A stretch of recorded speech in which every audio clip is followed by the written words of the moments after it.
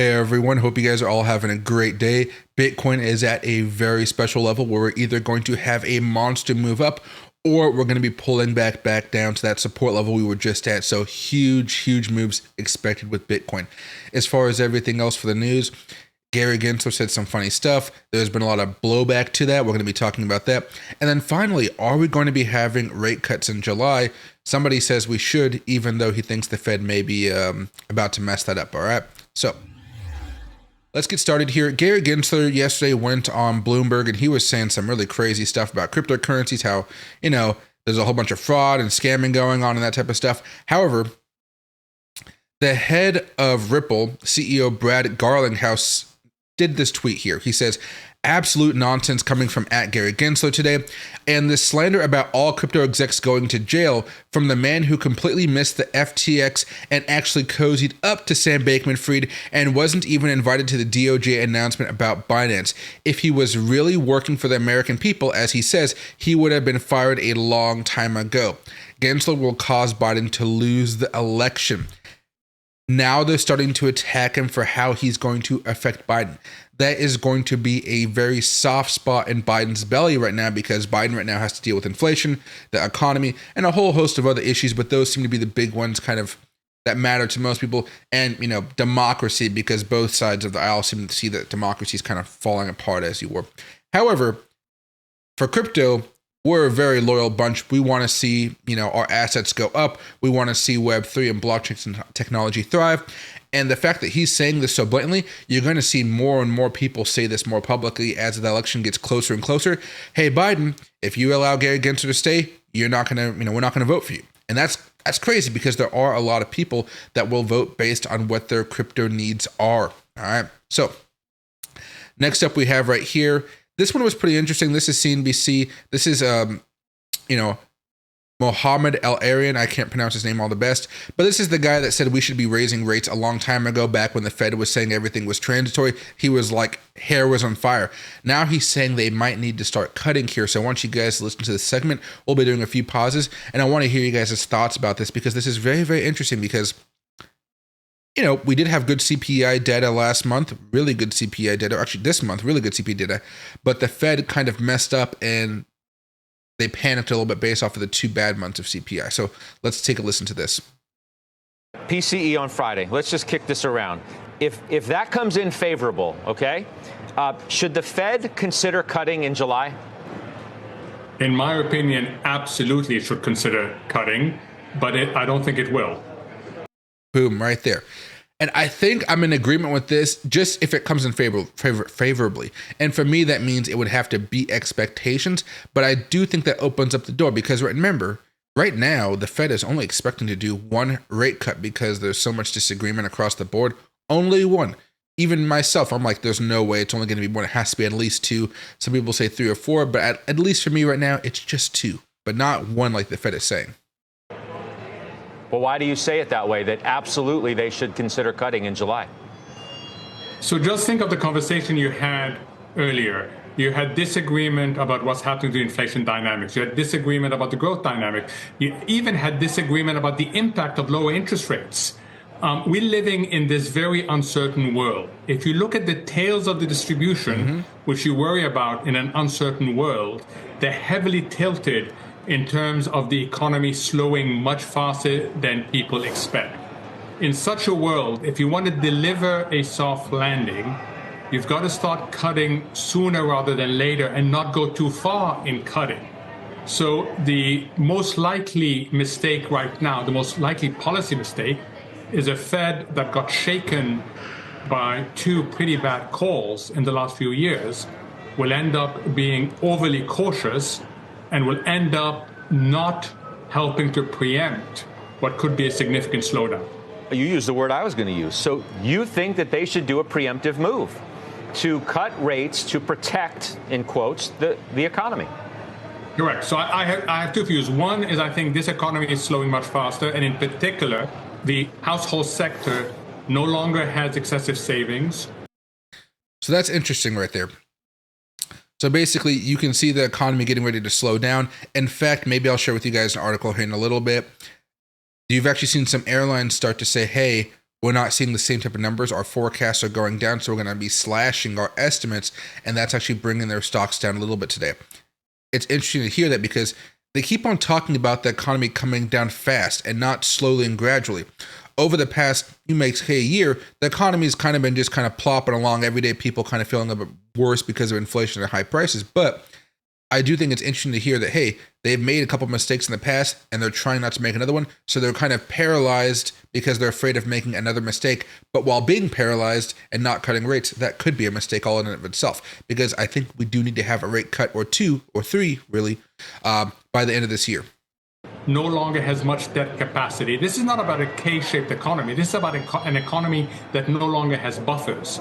So if the Fed gets the labor market wrong, we are going to have a much faster slowdown than they can even imagine. So that's the first issue. The second issue, which is much more controversial, is that I don't think 2% is the right target.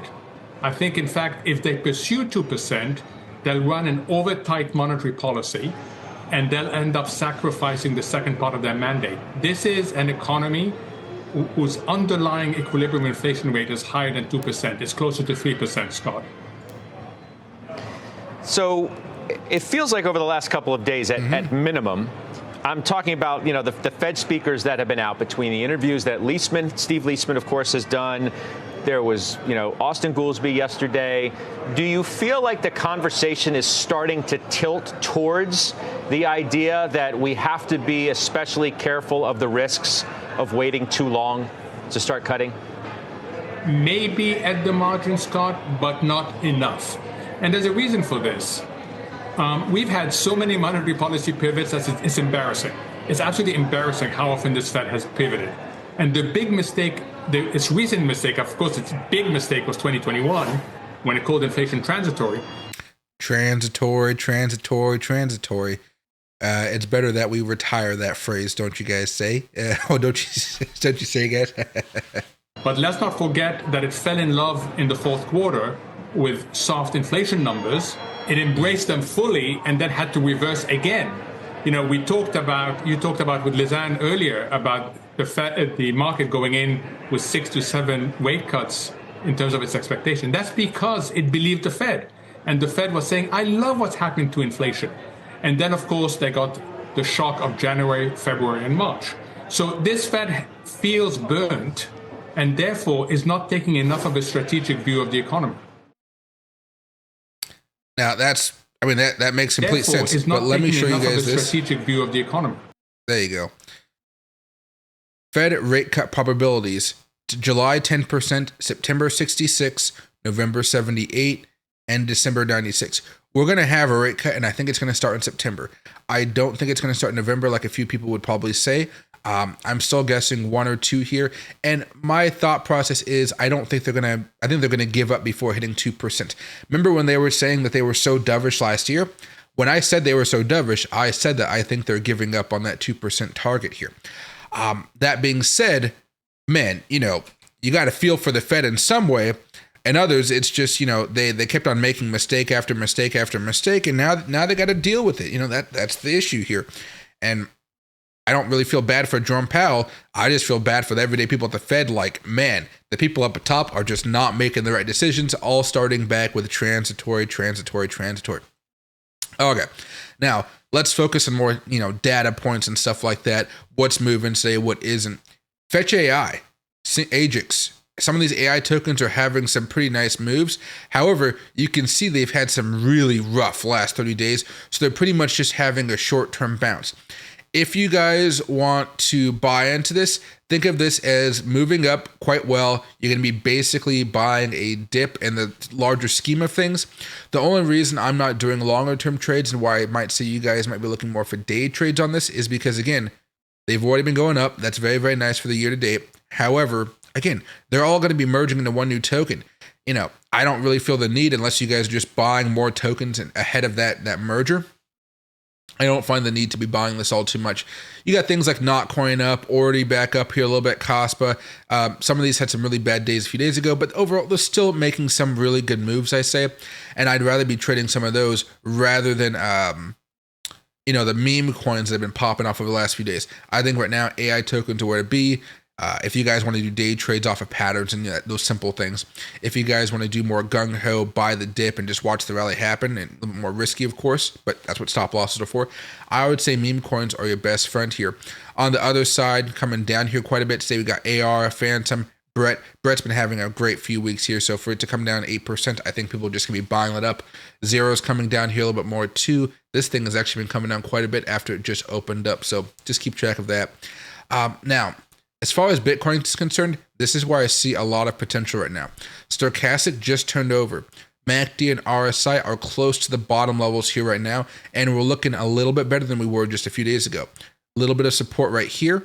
See that right there with the MACD. Stochastic again at the lower levels, and RSI here is at the lower levels as well. We may be at an oversold point where we just have to rebound a little bit more, and we haven't been down here since this dip back in May. So again, we have an opportunity here. We have a really big one. But I don't think you guys are going to be able to see it until you look at the 4-hour chart. See right here, we've been getting rejected off of this 50 and 20 moving averages on that 4-hour chart here for a while now. And what my hope here is that we're going to have a higher low situation, and then that breakout will actually get us back up here towards some of those next levels of resistance. I know it may be kind of difficult, but you guys can see two order blocks right here. One right here around 64,379. If you guys are buying right now on a potential dip and rip effect with Bitcoin, that is going to be your goal here. Let me see if I can actually find my path tool. Let's say it comes back down a little bit more, comes back up here, rejects a little bit more. This is actually where I'd be selling my first big bulk amount of cryptocurrency off of that trade, okay? So you could be buying Bitcoin at this time, altcoins at this time, etc. For me, because altcoins have been kind of different than Bitcoin over the last few days, just because everything has been moving around so fast, maybe you might want to be looking at altcoins as a separate entity besides Bitcoin, or if you're looking for altcoins along with it, maybe you're going to buy some Bitcoin, Ethereum, and Solana. Those three usually move as a pack right now. Everything else kind of does its own thing, which is confusing, let's just say that, but as long as you follow the technicals, it's still working in your favor. It's just that it's no longer working with Bitcoin as easily as it used to. So if you're buying right now, that short-term price target is going to be up here around 64,291. I would just say 64,000, just so you have a little bit below, just in case it doesn't actually hit that level of resistance. And afterwards, if you want to hold on a little bit longer, you're really looking at about $66,000 here. And I think that's where you start to have a little bit more of a change of character here, where things get much more exciting. Because think about it in this respect. Right now, if you guys are looking for a change of character and something much more bullish, really it comes down to a few things. The daily chart is still bearish. Everything is still pretty much bearish except for maybe the stochastic at this point. I'm not looking at much more of a, ooh, this is a great buying opportunity, I got to do a whole bunch of stuff. This is much more of a, you're trying to catch the bottom, you're trying to catch it early, and you're having a stop loss all the way down here about $59,000, and that's going to protect you from any crazier drops that could happen where Bitcoin goes to 55,000, 54,000, something like that, if we were to have bad inflation data come Friday.